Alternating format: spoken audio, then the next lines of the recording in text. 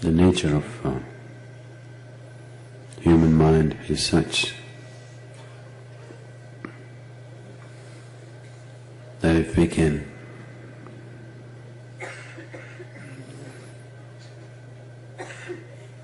distinctly create something in our mind, the next step would be to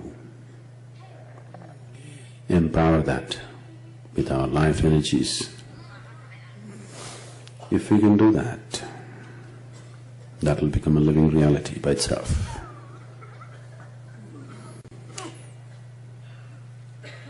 Most human beings have lost this power to be able to create, truly create.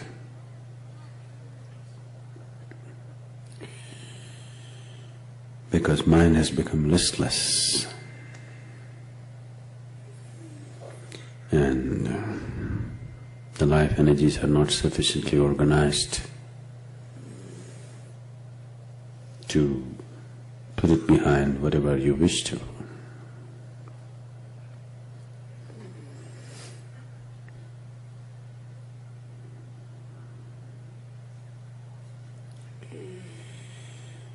The whole science of Tantra Yoga is just this. I know in this part of the world, if I utter the word Tantra, people are thinking about acrobatic sexuality. It's truly a sacrilege that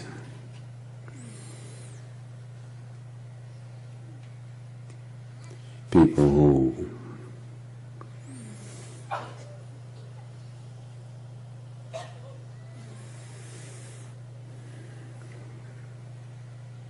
generally visit India for a month or two at the most become experts in Tantra and write books about it. Tantra means, literally means a technology.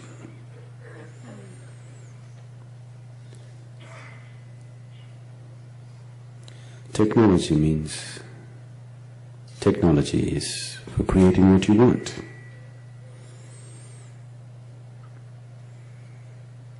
If the physical technologies that we know around us, they're all about creating physical situations the way we want it.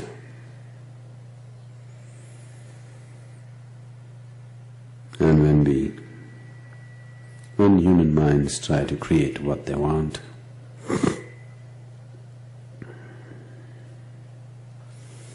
they'll ask for many things.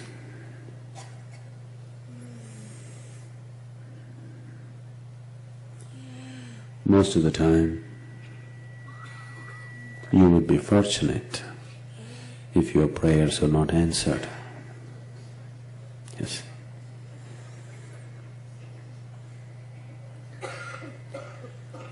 If all your prayers were answered, your life would be truly a disaster. Fortunately, most of them are not answered.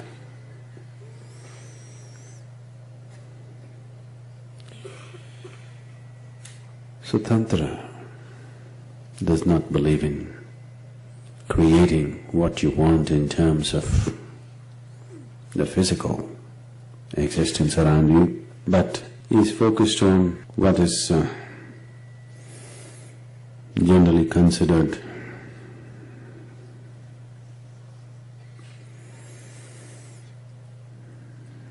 maybe you would call it paranormal, in creating forms and identities which will function way beyond your own intelligence. So Tantra essentially focused on creating a mind higher than myself, making an intelligence beyond my present capabilities to become available.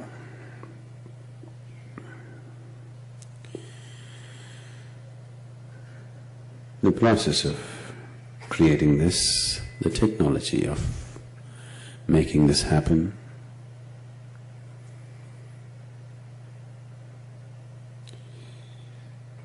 was what was known as tantric methods. In yoga it is known as Tantra Yoga.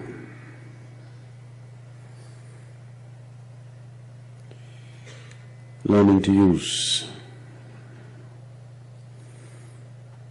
your body, your mind and your energies as just instruments of life,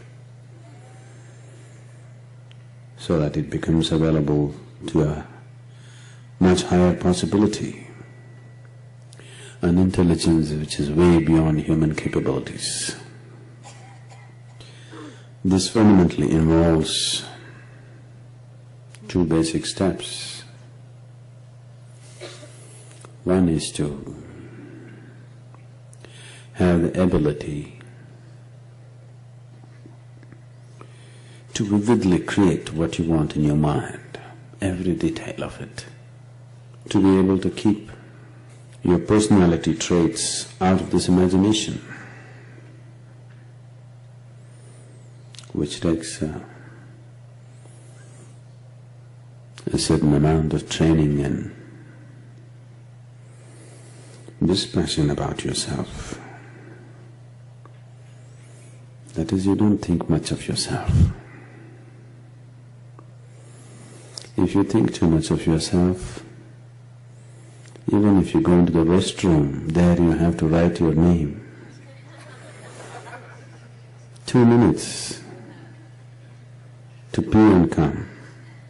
There people have to leave their names. Have you seen?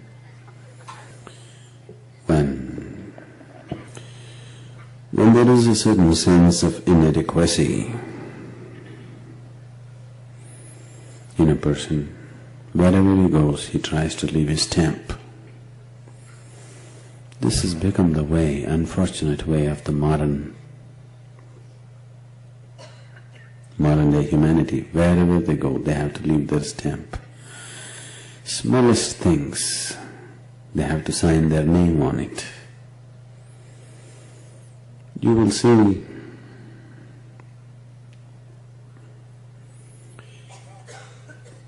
in the Eastern cultures this was considered an absolute sacrilege, trying to leave your name on something. But these days they're also in the bathrooms, they're writing. The greatest temples that were built, masterpieces of art, nobody will know who is the master builder. His name is never there. That's one thing he will not do, put his name on it. Oh, this was built at this time, everything they know. Maybe the king who funded the temple, his name will be known. But the artist, the man who created it, his name will not be anywhere. This may seem very unfair for a Western mind. A man who did such a job, his name should have been established. But the man who created it is made such a way that he would be absolutely insulted if his name was put on a temple. So if one wants to have this capability of being able to create, truly able to create as Creator did, the most fundamental thing is to be able to keep your personality off your imagination. It takes a certain amount of sadhana. It takes a certain amount of preparation for a person to be like this, that he can extensively use his mind without imposing his personality upon it.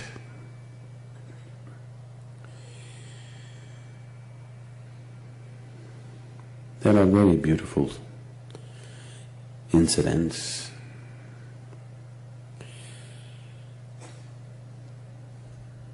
There was a South Indian sage, his name was Pusalar. The king in the town built a huge Shiva temple. It took many years to build this temple. And the next day was the opening ceremony for his temple, which was his lifetime's ambition. He put much money and effort to build this great temple. Next day is inauguration of the temple. But that night, Shiva appeared in his dream and said, I will not be able to come to your temple's inauguration because Pusalar has built another temple. I need to go there. He is also opening it tomorrow. King woke up with a fright because this temple, he has tried to build it for so many years and spent so much money and effort. And Shiva says he has to go to some other temple built by Pusalar in the same town. Who is this Pusalar and which is this temple that I do not know about? So they went searching for Pusalar. After much search, they found Pusalar in a small hut, a cobbler by profession. Those days, not a profession that was looked up to, but looked down upon. So the king went there and asked, where is your temple? Shiva says he's going to go to your temple, not mine. Where is it? Pusalar said, I just built it in my mind.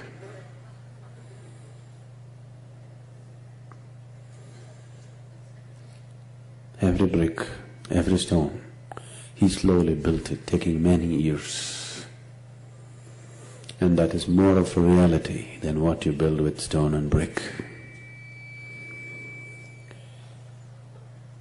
Once you build this, there is another step of empowering it with life energies, infusing it with life energies, so that it becomes a live process by itself.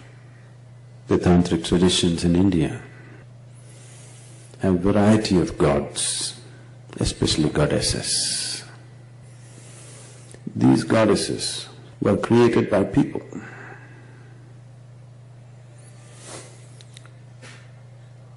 They actually created and infused life into them, that they became live forces. And even today, with certain access code if you have, you can call forth these goddesses, they become a living reality.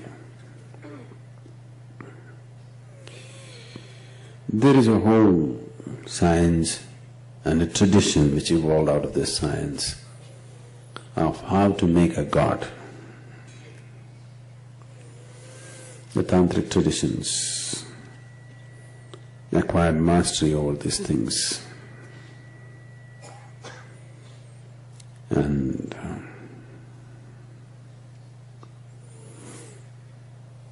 generally, if I go into the details of this, it will be very hard to digest. Generally, always they created very powerful, hideous forms. Very few people created beautiful forms. All others intentionally created very hideous forms. Because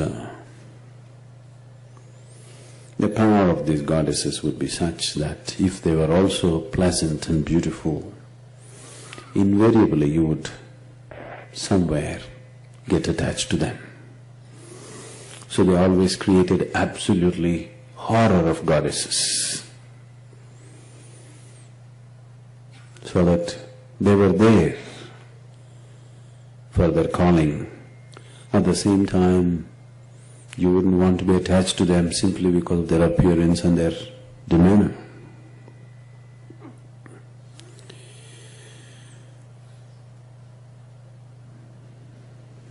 When I was just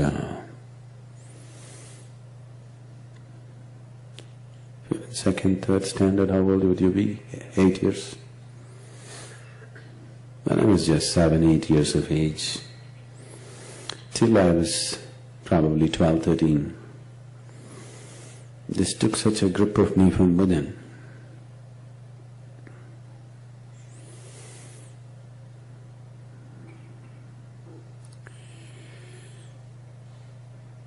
There was another boy who was about 2 years or a year younger to me. He was my cousin brother. They came from a village, so he was sent to our family where my father is supposed to be a very strict taskmaster, so they thought the boy will study better here than there. So they sent this boy to study with us. He was just a year younger to me. I always would climb to the third floor terrace where there was no staircase, where nobody can reach me. Only I have the access. Nobody else can climb there. I just built a whole world of my own. Another world. In every detail, in minutest detail. It's very difficult for people to understand this. Suppose I want to create a flower, I went cell by cell. You know how much time it would take to mentally create this flower? Every point by point by point. Like this I created a whole world of my own. If I just sat like this for 4 hours, 5 hours, 6 hours, unknowing I just sat building it by piece by piece, piece by piece, piece by piece. It became such a reality. Nobody else had entry into my world. I lived in my own thing. But this boy who was in the house, sometimes I took him on a tour.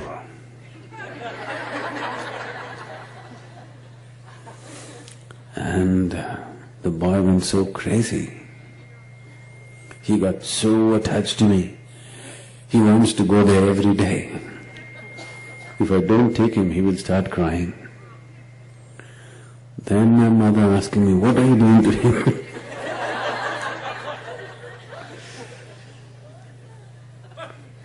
He wants to go there every day, otherwise he'll just freak out on me.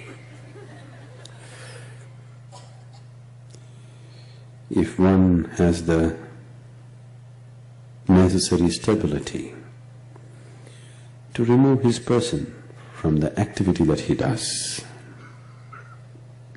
if you can completely eliminate your person from whatever you do, suddenly you can raise the pitch of your activity to a completely different dimension. But people do not know generally how to act towards something that doesn't concern them, or they are not involved in it. And that's the limitation. That's the terrible, crippling limitation that a human being has imposed upon himself. Whatever is not him or his, he cannot act upon it. If this one limitation one can cross, we can do such miraculous things that most people, the world will have to dismiss our lives as a fairy tale. It can become like that. If only, if we can take away our individual person from our thought, our emotion, and our activity and our energy. So the whole yoga that you're doing here is that fundamental of learning to take away your individual from simple things that you're doing.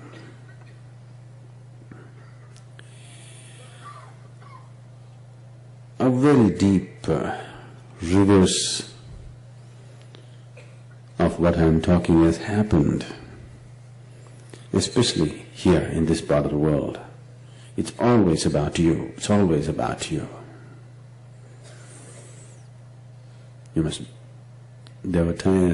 At one time they were preaching, you must believe in God. Now they are preaching, you must believe in yourself. That was bad enough. This is horrible. If I don't believe in myself, how can I be confident? How can I act in the world? If I do not build my self-esteem, how can I operate in the world? Right now, the very air that you breathe is doing such complex functions, isn't it? Isn't it so? Is it doing such complex functions to keep this one alive right now? The very air that you breathe. Does it have any self-esteem? If it had, it would go into your lungs and tickle you and do something else with you.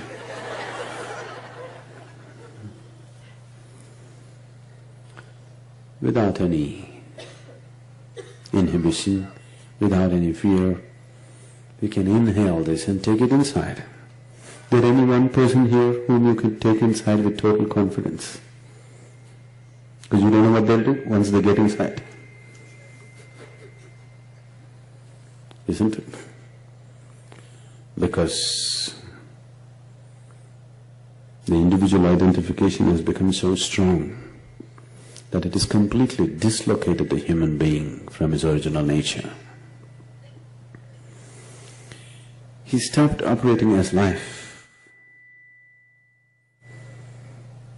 If he operates as life, and just life alone, his capabilities are immense, and his capabilities no more need to be limited to what is contained within his physical form, because he has access to everything.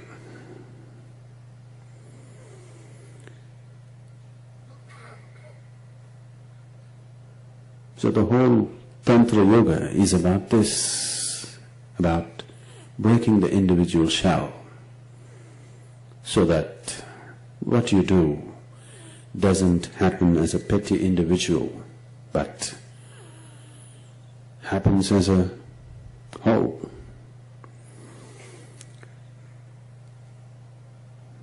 There are various methods to bring into one's life to see that the individuality does not become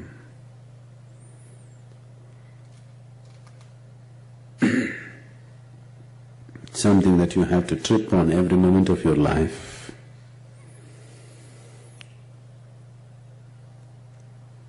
It does not become a concrete block around your feet, that it doesn't let you move anywhere beyond the limitations that you have set for yourself.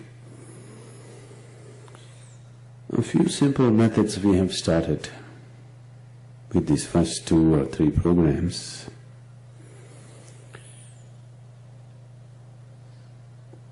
But if we want to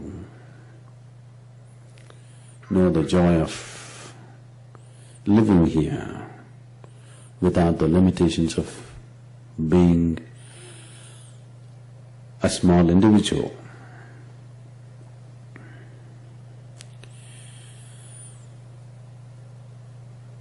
then we have to do something more active.